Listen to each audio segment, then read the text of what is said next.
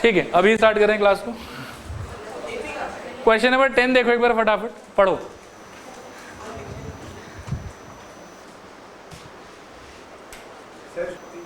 देखो इस क्वेश्चन को, in triangle P Q R right angle at Q.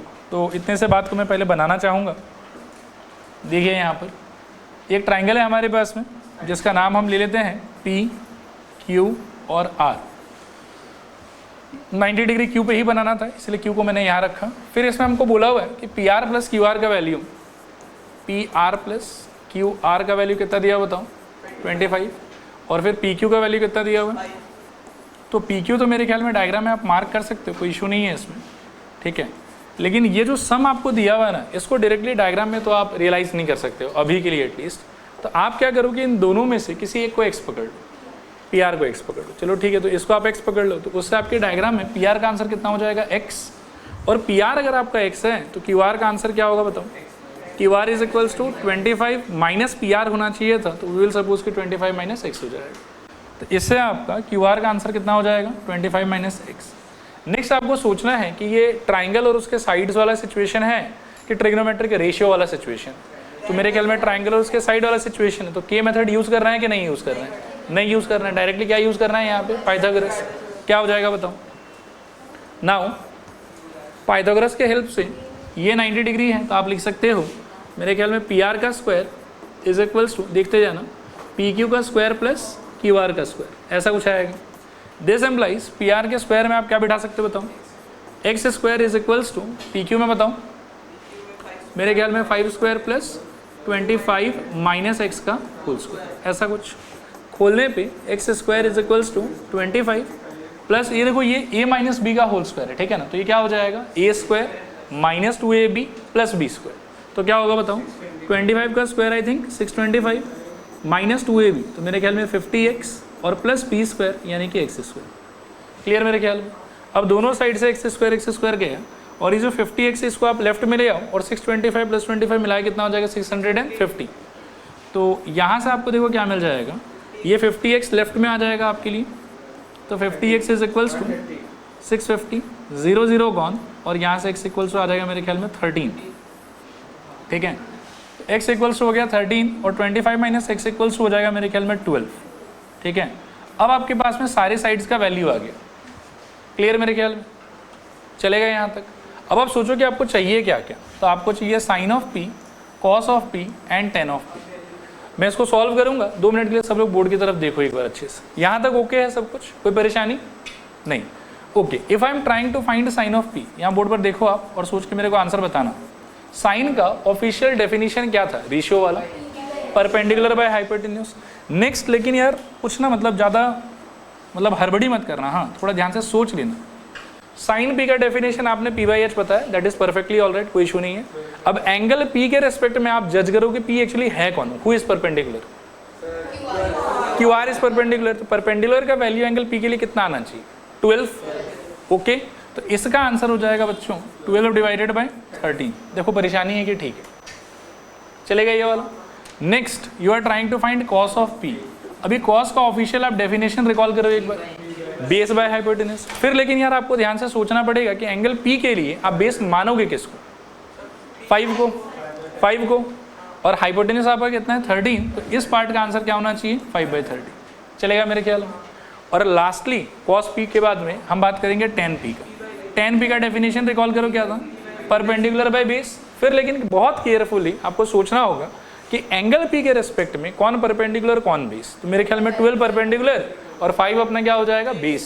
तो हमारा आंसर क्या हो जाना चाहिए बताओ 12 डिवाइडेड बाय 5, ये है हमारा फाइनल आंसर। क्लियर मेरे ख्याल में, करो फटाफट कॉपी कर लो। चलो आगे चल रहे हैं यहाँ से। क्वेश्चन नंबर 9 देखो एक बार, बहुत ही आसान क्वेश्चन है, कन्फ्यूज नहीं होना है, बढ़िया सॉल्व करना है इसको। पढ़ लो एक बार अच्छे से।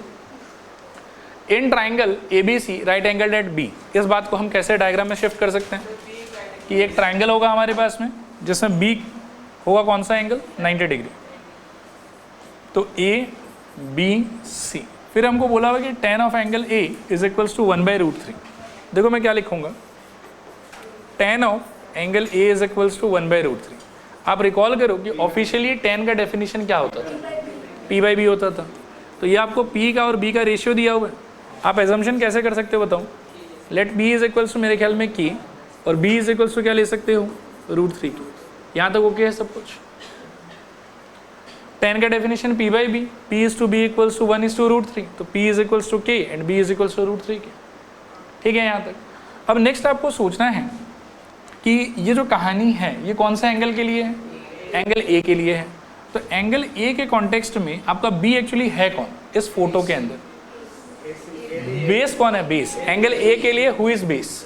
AB is base. तो इस इंफॉर्मेशन के हिसाब से मेरे ख्याल में वी कैन अज्यूम कि AB must be √3 K and who is perpendicular? BC। तो वी कैन अज्यूम कि BC must be K। Clear मेरे ख्याल में यहाँ तक। अब क्या गायब है यहाँ से? हाइपोटेन्यूस। हाइपोटेन्यूस गायब है, उसको कैसे निकाल सकते हो? पाइथागोरस। तो h square equals to p square plus b square. This implies h square is equals to, देखना ध्यान से, p के जगह पर k स्क्वायर और b के जगह पर √3k का होल स्क्वायर। पूरा सॉल्व करने पे k square plus 3k square और जोड़ देने पे क्या हो जाएगा बताओ? सो आई थिंक एक second h square is equals to 4k square and यहाँ से h इक्वल्स टू कितना? 2k। h इक्वल्स टू कितना? 2k। और एंगल A के रेस्पेक्ट में हाइपोटेन्यूस कौन होगा उस फोटो के अंदर में? AC। तो ये वाले पार्ट का आंसर कितना आ गया आपके पास में? 2k। देखो यहाँ तक सारा समझ में आया कि नहीं आया? पक्का। अब एक बहुत ही क्रूशियल काम है, सब लोग बोर्ड पर देखते रहना, मिलके एक साथ कर लेते हैं, फिर आगे अपन बात करेंगे। देखना ध्यान से, यहाँ पे थे ना हम लोग, इसको मैं मिटा लेता हूँ एक बार, इसका रोल कंप्लीट हो चुका है।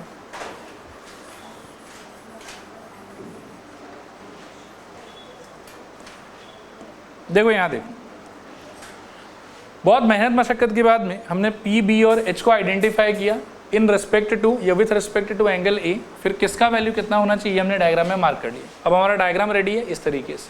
हमको फर्स्ट केस में ढूंढना है इस एक्सप्रेशन का वैल्यू, ठीक है, जो कि क्या है बताऊँ, एक बार लिख लेना चाहता हूँ। sin A cos C plus cos A sin C।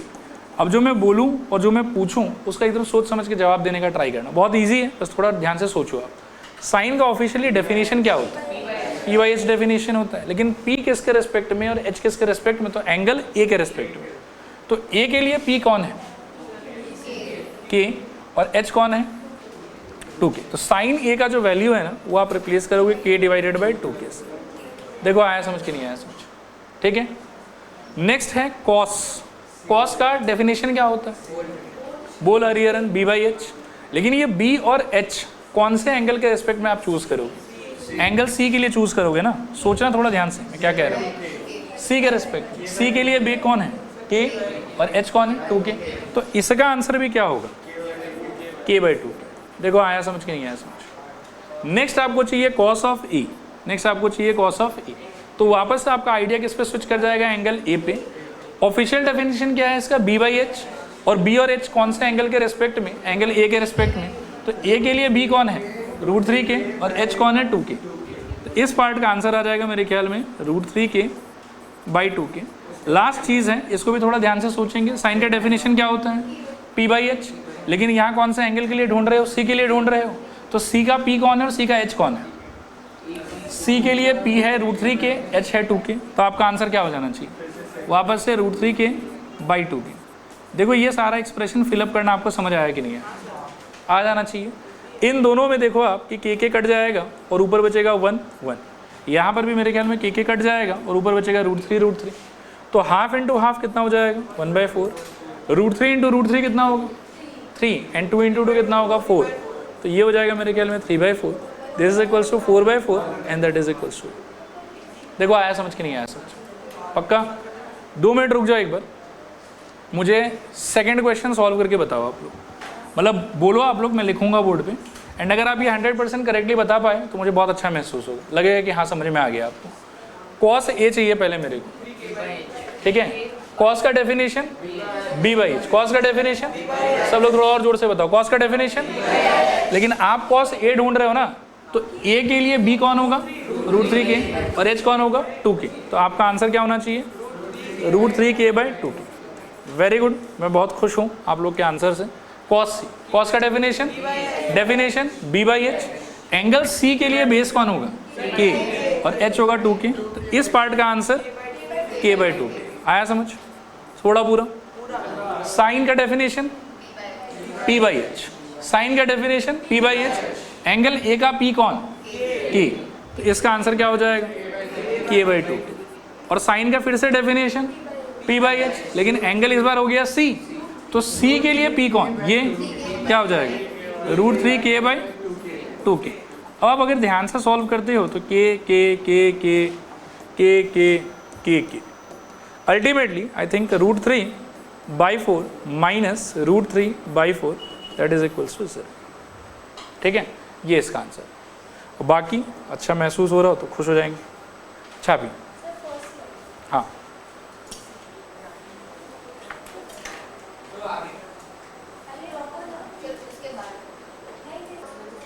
ये पेज हो गया होगा। ठीक है, ये पेज भी अब हो गया होगा।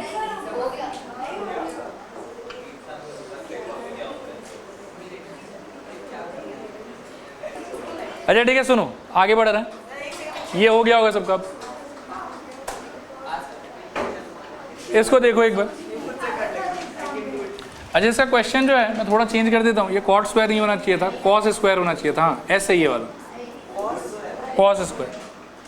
अब सुनो यहाँ पर देखो ध्यान से, आपको एक ट्रिग्नोमेट्रिक रेशियो का वैल्यू दिया हुआ है डायरेक्टली या इनडायरेक्टली। दे आर सेइंग कि 3 cot A is equals to 4, जहाँ से हम सोच सकते हैं कि cot A इक्वल्स टू कितना हो जाएगा? 4/3। तो एक ट्रिग्नोमेट्रिक रेशियो का वैल्यू मिल गया आपको। और फिर ये लोग एक स्टेटमेंट लिखा है कि 1 - tan² A divided by 1 + tan² A is equals to cos² A minus sin² A। और पूछ रहा है आपसे कि ये लोग दोनों आपस में इक्वल होगा कि इक्वल नहीं होगा। अभी हम चेक कर लेते हैं। कॉट का आंसर है हमारे पास में, मेहनत करके हमको tan का, कॉस का, साइन का सबका आंसर मिल जाएगा। सबका आंसर मिलने के बाद में LHS को अलग से सॉल्व करूँ, RHS को अलग से सॉल्व करूँ, और LHS RHS का आंसर अगर मैच होने लग जाए तो उस केस में हम बोलेंगे कि okay this statement is true, और अगर मैच ना हो तो हम क्या बोलेंगे? Statement is false.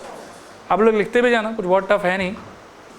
देखो सबसे पहले आपको दे रखा है 3 cot A is equals to 4, so we can say कि okay cot A is equals to 4/3।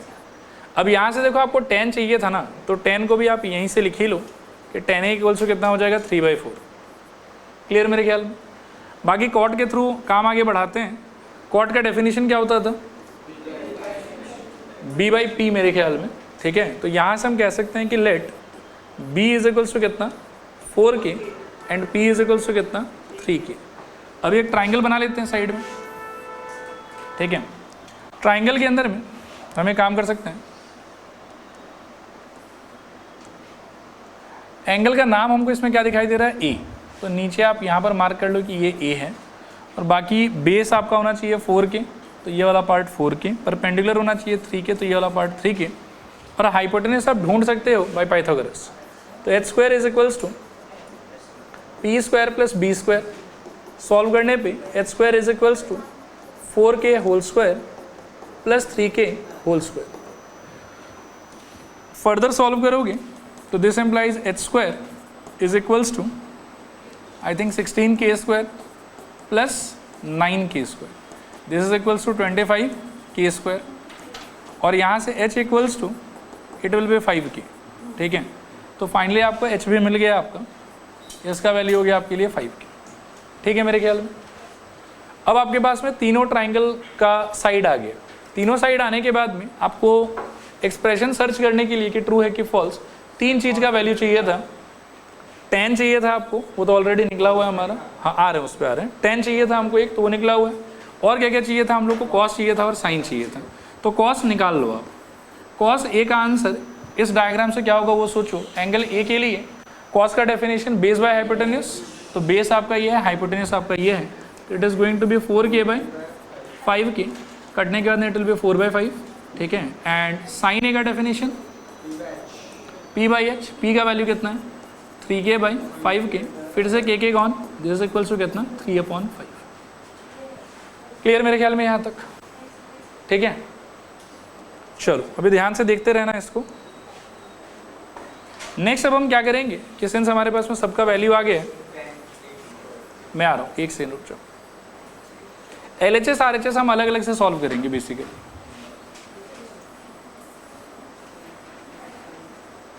देखना अब यहाँ पर ध्यान से, सॉल्व करने के बाद में हमारे पास आ रखा है कि tan a का वैल्यू कितना होगा 3/4, sin a का वैल्यू कितना होगा 3/5 और cos a का वैल्यू कितना होगा 4/5। ये हमको ऑलरेडी मिल रखा है, ठीक है ना। अब मुझे चेक करना है कि ये स्टेटमेंट राइट है कि रॉन्ग है, तो LHS RHS को अलग अलग से सॉल्व करो।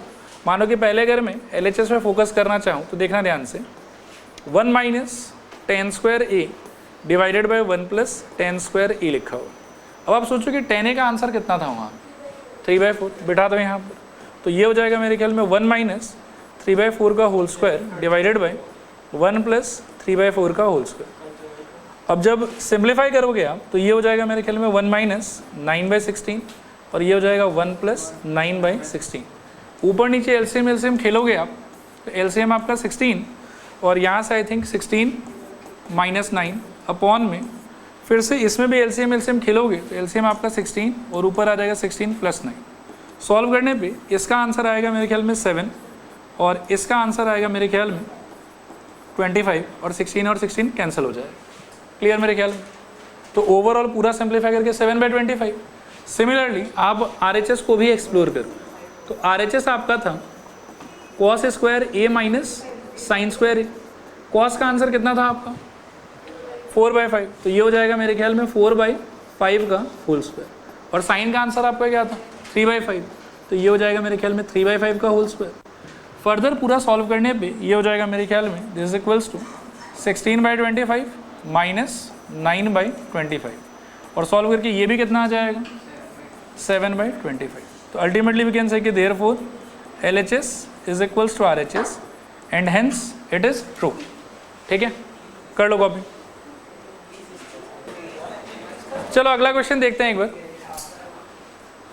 क्वेश्चन नंबर 7 ये इजी है, इसमें भी cot थीटा का आंसर आपको दिया हुआ है और फर्स्ट वाले एक्सप्रेशन में साइन थीटा और cos थीटा आपको चाहिए होगा सॉल्व करने के लिए। सेकेंड वाले में आपको cot ही चाहिए होगा, तो ऑलरेडी अवेलेबल है ही। तो मैं एक बार बोल देता हूँ कैसे करना है। cot के डेफिनेशन को फॉलो करेंगे, b/p आएगा, वहाँ से कुछ एज्यूम करेंगे, ट्राइंगल का 2 पार्ट मिल जाएगा हमको, फिर पाइथागोरस लगा के थर्ड पार्ट निकाल लेंगे। थर्ड पार्ट निकालने के बाद में हम साइन थीटा और cos थीटा का वैल्यू ढूंढेंगे ट्राइंगल में से, ताकि हम इस एक्सप्रेशन में उसको बिठा सकें। सॉल्व करके जो भी आएगा वहाँ से फिर इसमें डाल देंगे, वहाँ से आंसर आ जाएगा। और cot थीटा को होल स्क्वायर तो ऑरली ही बता सकते हो आप लोग। cot थीटा का खुद का आंसर कितना दिया हुआ है 7/8 और cot थीटा के स्क्वायर का वैल्यू कितना हो जाएगा 49/64।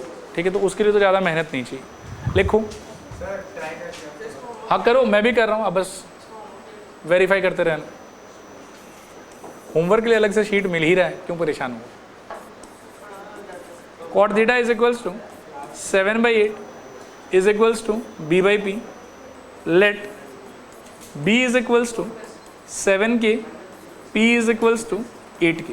ठीक है, और इमीडिएटली आप एक ट्राइंगल बना सकते हो जहाँ पर ये एंगल आप थीटा मार्क कर लो। थीटा के कॉन्टेक्स्ट में नीचे वाला बेस होगा आपका, तो वो हो जाएगा 7k और इधर अपोजिट वाला हो जाएगा परपेंडिकुलर, तो ये हो जाएगा 8k। हाइपोटेनस गायब है, आओ मेहनत करते हैं। तो h² is equals to b² plus p², so h² is equals to p का आंसर 8k का होल स्क्वायर और b का आंसर 7k का होल स्क्वायर।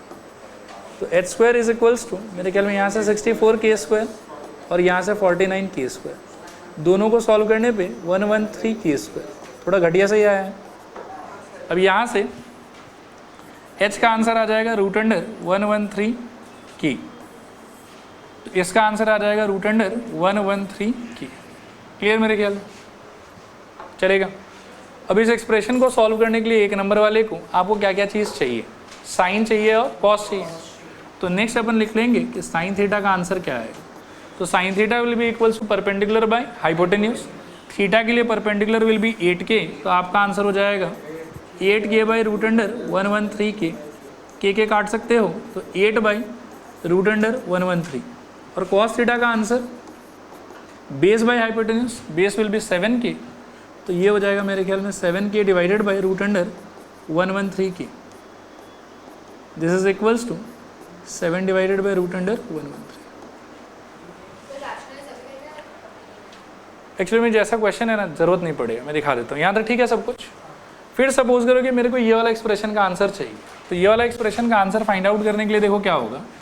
नंबर 1 के लिए समझना ध्यान से, आप ना डायरेक्टली वैल्यू पुट मत करना, आप ध्यान से स्ट्रक्चर को देखो। तो न्यूमरेटर में क्या लिखा हुआ है 1 + sin theta into 1 - sin theta, तो मिला के क्या हो जाएगा बताओ, a + b into a - b, और क्लब करने से क्या हो जाएगा a² - b²। तो ये क्या बन जाएगा बताओ 1 - sin² थीटा, और नीचे क्या बन जाएगा बताओ 1 - cos² थीटा। इस वाले में वैल्यू पुट करो आप, तो सॉल्विंग आपके लिए ईजी होगा। sin थीटा का आंसर कितना है 8/√113, a + b into a - b, तो a² - b², 1 का स्क्वायर 1, sin थीटा का स्क्वायर sin² थीटा। ठीक है मेरे ख्याल में यहाँ तक। तो जो भी आंसर आ रखा है उसको हम सिंपली इसमें डाल देंगे। अब डालने के बाद में देखो क्या होगा, दिस इज इक्वल्स टू 1 - 8/√113 का होल स्क्वायर एक पार्ट, और नीचे हो जाएगा 1 - 7/√113 का होल स्क्वायर। तो ये आ जाएगा मेरे ख्याल में 1 - 64/113 एंड डिवाइडेड बाई 1 - 49/113। फिर फर्दर सॉल्व करने पे 113 - 64, तो आई थिंक 49/113, और नीचे इधर एलसीएम ले लोगे तो शायद ये हो जाएगा 64/113। 113 गया और अल्टीमेटली आंसर आया 49/64।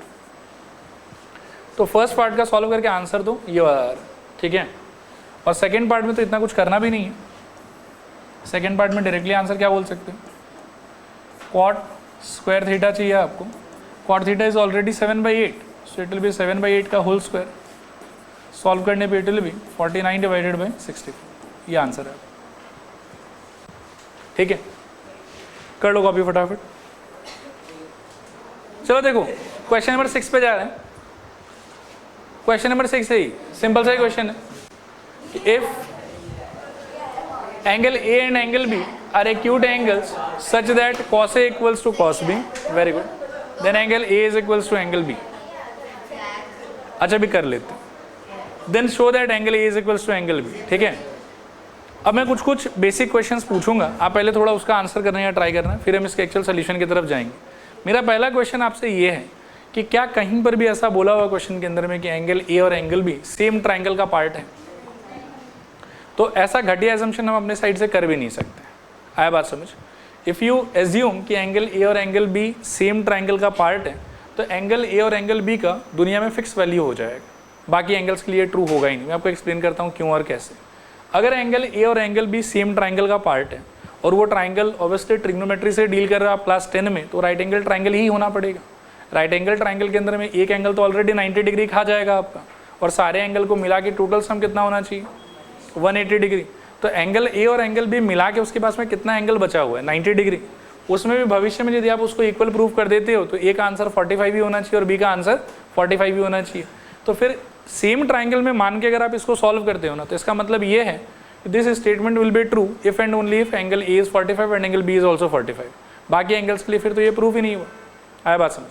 लेकिन आप अगर अलग अलग ट्राइंगल मान के इस चीज़ को प्रूव कर देते हो, then this result is a kind of general result कि एंगल ए और बी का 10 डिग्री आंसर हो तो भी ये वैलिड रहेगा, 20 डिग्री आंसर हो तो भी ये वैलिड रहेगा। मतलब ए और बी का वैल्यू कुछ भी हो सकता है, रेंजिंग बिटवीन 0 to 90 डिग्री, ठीक है। इसीलिए एंगल ए और एंगल बी को हम सेम ट्राइंगल का पार्ट मान के एज्यूम करके सॉल्व नहीं कर सकते। कहीं कहीं पे आपको वो वाला सोल्यूशन भी लिखा हुआ मिल जाएगा, लेकिन वो वैलिड सोल्यूशन नहीं है, वो सोल्यूशन को हम लोग इग्नोर करेंगे। हम इसको क्या करेंगे कि एंगल ए को और एंगल बी को दो अलग अलग ट्राइंगल का पार्ट मानेंगे और फिर इसको सॉल्व करने का ट्राई करेंगे, ठीक है। मैं पूरा करके दिखाऊंगा, जब तक कंप्लीट नहीं हो अच्छे से बस देखते रहें, ठीक। अब देखिए शुरू में आई विल एज्यूम कि मेरे पास दो ट्राइंगल है। ये एक नए पेज पे कर लेता हूँ।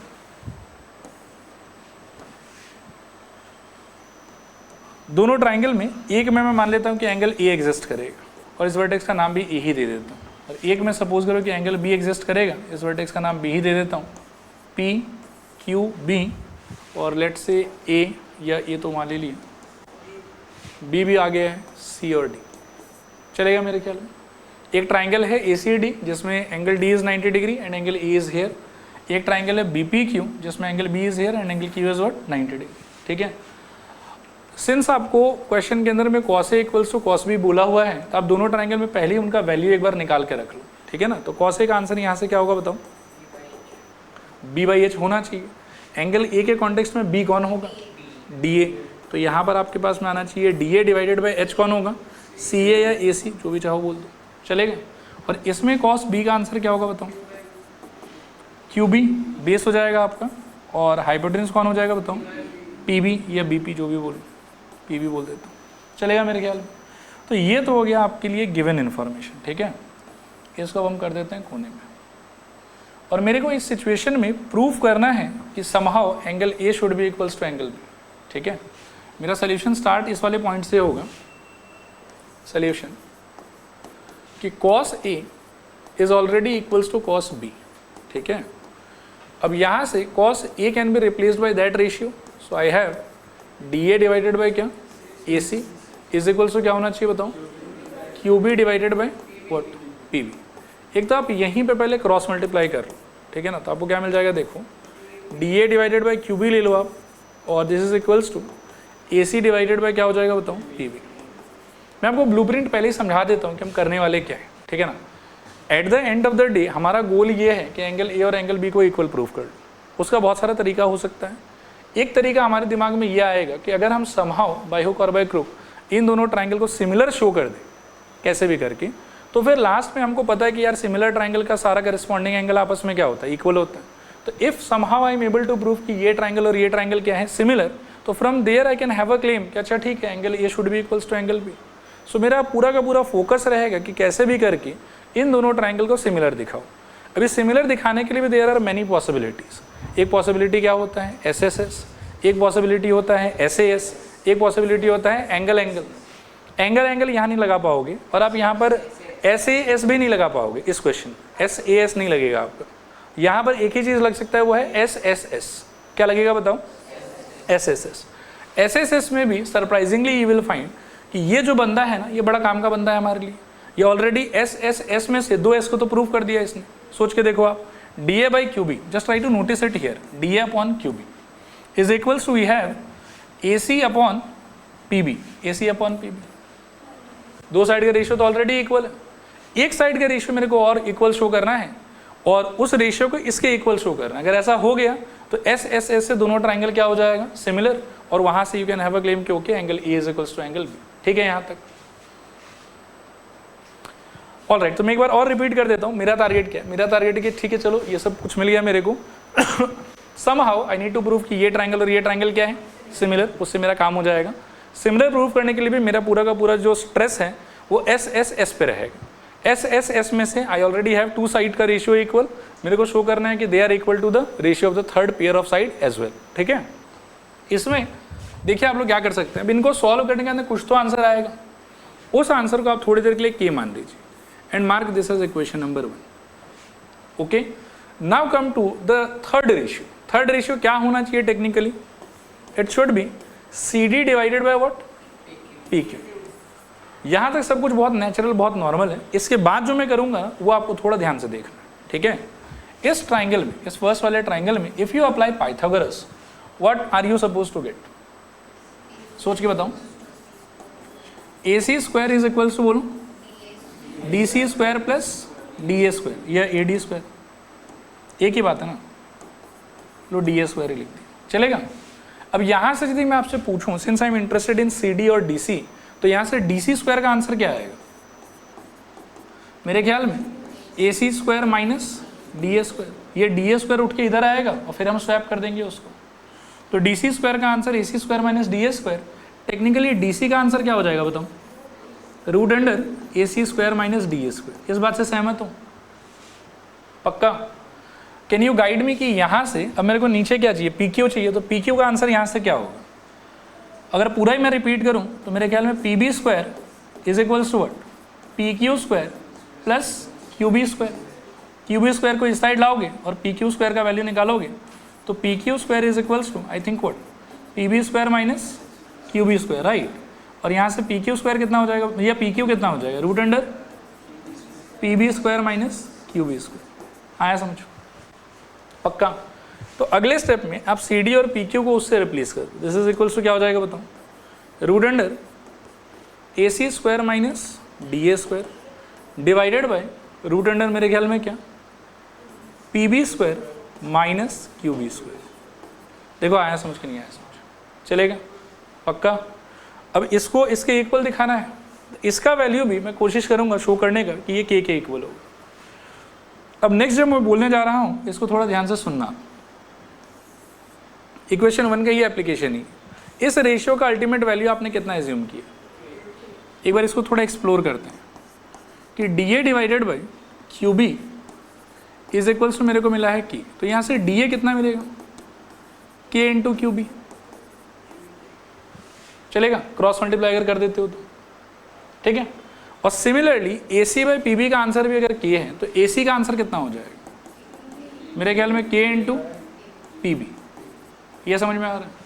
अब वो जो आंसर है आपका उसको आपको न्यूमरेटर में रिप्लेस कर, ठीक है, तो देखते जाना ध्यान से। रूट अंडर ये था ए सी का स्क्वायर और ए सी का वैल्यू क्या है आपका के पी बी, तो ये हो जाएगा के इंटू पी बी का whole square minus D A का वैल्यू देखो क्या है के क्यू बी, तो के इंटू क्यू बी का होल स्क्वायर। बस यहाँ से एक दो स्टेप ही और है फिर डन। रूट अंडर यहाँ पर है पी बी स्क्वायर और यहाँ पर है माइनस क्यू बी स्क्वायर। ये स्क्वायर जब खुलेगा तो ये हो जाएगा के स्क्वायर पी बी स्क्वायर और ये स्क्वायर जब खुलेगा तो ये हो जाएगा के स्क्वायर क्यू बी स्क्वायर।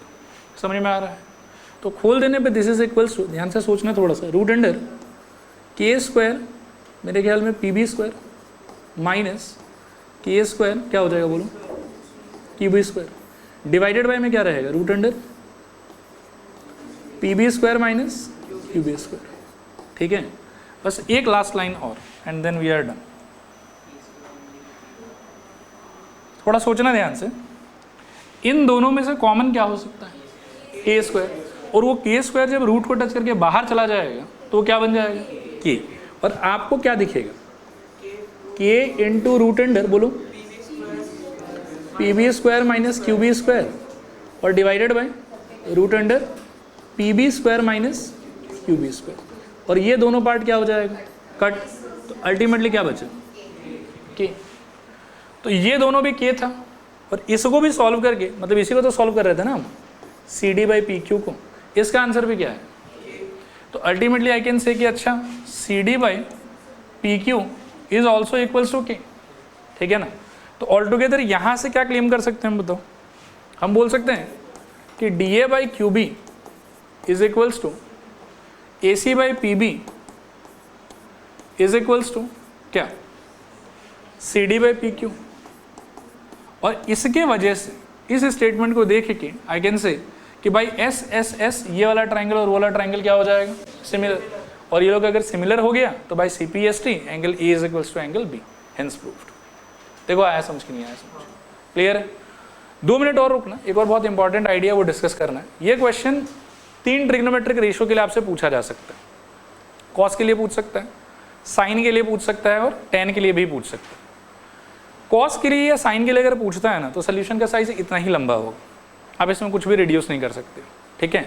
लेकिन ये सेम क्वेश्चन अगर टेन के लिए पूछेगा ना तो सोल्यूशन का साइज इसका 1/4 भी नहीं होगा। टेन के केस में इट बिकम्स वेरी इजी। वो क्या होता है उसको मैं लिखाऊंगा तो नहीं, लेकिन एक बार डिस्कस करके छोड़ देता हूँ आप लोगों के साथ, ठीक है। अगर ये सेम क्वेश्चन 10 के लिए आता तो आप कैसे बिगिन करते और क्या आपका अप्रोच रहता, उस चीज़ को थोड़ा देखना ध्यान से। 1 सेकंड रुकना, हाँ चलो यहाँ देखते हैं हम एक बार।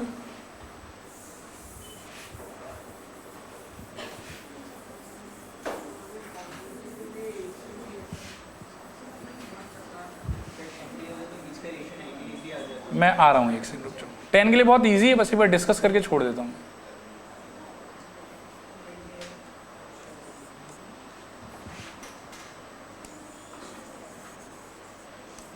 देखो यहाँ पे 10A पहले होता क्या ये बताओ, 10A क्या होना चाहिए था परपेंडिकुलर पे बेस। इसके सिचुएशन में P कौन है आपका CD और बेस कौन है DA। फिर इसके सिचुएशन में 10B क्या हो जाता बताओ, वापस से होता तो परपेंडिकुलर बाय बेस ही, तो ये आपको मिल जाता PQ डिवाइडेड बाय QB। अब मान लो कि क्वेश्चन में अगर पहले से बोला हुआ है कि 10A is equals to 10B, इससे आपको क्या मिलता बताओ CD by DA is equals to PQ by QB। और यदि इसमें आप क्रॉस मल्टीप्लाई कर लेते तो आपको मिलता C D by P Q is equals to D A by Q B. अब इसको थोड़ा ध्यान से आप डायग्राम में रियलाइज करने का ट्राई करो कि ये बोलना क्या चाह रहा है। सी डी किधर है, देखो इधर, बाई पी क्यू इधर है, और फिर डी ए इधर है और क्यू बी इधर है, और 90 डिग्री इक्वल होगा, वो तो पता ही है हमको। तो इसके साथ में बस सिंपली हम बोलते हैं कि angle D is equals to angle Q, because both of them are equal to 90 degree. और बिना मेहनत के ही डायरेक्टली हम देख सकते हैं कि ऐसे ऐसा अप्लाई हो गया दोनों ट्राइंगल के ऊपर, और ऐसे ऐसे ये डायरेक्टली क्या हो गया हमारे लिए, सिमिलर। ठीक है, लेकिन अगर क्वेश्चन साइन या कॉस का होगा फिर things are not this simple, तब आपको थोड़ा मेहनत करना होगा, तब ऐसे ऐसे ही सिमिलैरिटी होगा, उसके लिए इतना तामझाम करना जरूरी है। ठीक है, क्लियर मेरे ख्याल में। 10 में अगर क्वेश्चन आएगा तो देखो सोल्यूशन बहुत छोटा है। इस स्टेप के बाद में वी कैन से कि भाई ऐसे as both the triangles are similar and hence angle A is equals to angle B by C P S T. चलेगा मेरे ख्याल में। चलो अब मैं इसको लिखवा देता हूँ। लिखो, सबसे पहले लिखो गिवन। गिवन में लिखो let A C D and B P Q, let A C D and B P Q are two triangles, let ACD and BPQ are two triangles such that angle D is equals to angle Q is equals to 90 degree. Angle D is equals to angle Q is equals to 90 degree. आगे लिखो to proof, या नहीं एक चीज़ और लिखो, also cos A is equals to cos B, ये भी दिया हुआ है हम लोगों को, also cos A equals to cos B। फिर नीचे लिखना to proof angle A equals to angle B, angle A is equals to angle B। अब नीचे लिखो प्रूफ में लिखो cos A is equals to cos B, cos A is equals to cos B।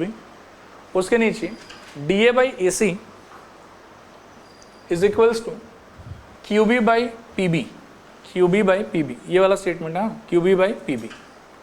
उसके नीचे this implies D A by Q B is equals to A C by P B is equals to K, equation number 1। फिर नीचे लिखना now C D by P Q is equals to root under A C square minus D A square. Board से देख लो क्या बोल रहा हूँ, root under A C square minus D A square divided by root under P B square minus Q B square. इस statement के side में reason दो बाय पाइथागोरस,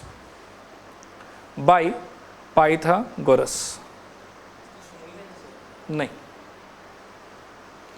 मतलब ये चीज़ आप जो है वो रफ में करके एक्सट्रैक्ट कर लेना कि इसका आंसर क्या होना चाहिए, साइड में बस रीजन दे दो बाय पाइथागोरस। ठीक है, ये नहीं लिखना है आपको। ठीक है, ये यहाँ तक हो गया ना आपका लिखना। इसके साइड में आपने रीजन क्या दिया बताओ, बाय पाइथागोरस। अब इस लाइन के नीचे आप इसको लिखो, this implies C D by P Q, इसका नाम फिर से मेंशन कर दो, C D by P Q is equals to ये वाइट वाला रूट अंडर, नहीं वो भी नहीं लिखना, हाँ, is equals to root under K times P B whole square minus K times Q B whole square divided by root under P B square minus Q B square. इसके side में reason देना from 1, जहां पे ये लिख रहे हो ना K P B square minus K Q B square divided by root under P B square minus Q B square, इसके साइड में आप रीजन दे देना फ्रॉम 1। अब फ्रॉम 1 कैसे प्ले हो रहा है यहाँ पे, तो 1 में हमको ये रिजल्ट मिला हुआ है, इसको एक्सप्लोर करने से हमको ये सारा मिलेगा और ये रिप्लेसमेंट हमने यूज़ किया। ठीक है, तो इसके साइड में रीजन होगा फ्रॉम 1, उसके नीचे ये वाला और ये वाला, ये सब कॉपी करूँ और लास्ट में काट वाट के आ जाएगा।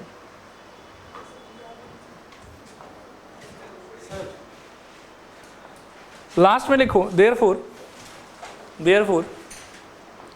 सी D by P Q is equals to K, C D by P Q is equals to K. इसको आप मार्क कर लो इक्वेशन नंबर 2, ये जो लास्ट लाइन लिखा है इसको मार्क कर लो इक्वेशन नंबर 2। फिर लिखो फ्रॉम 1 एंड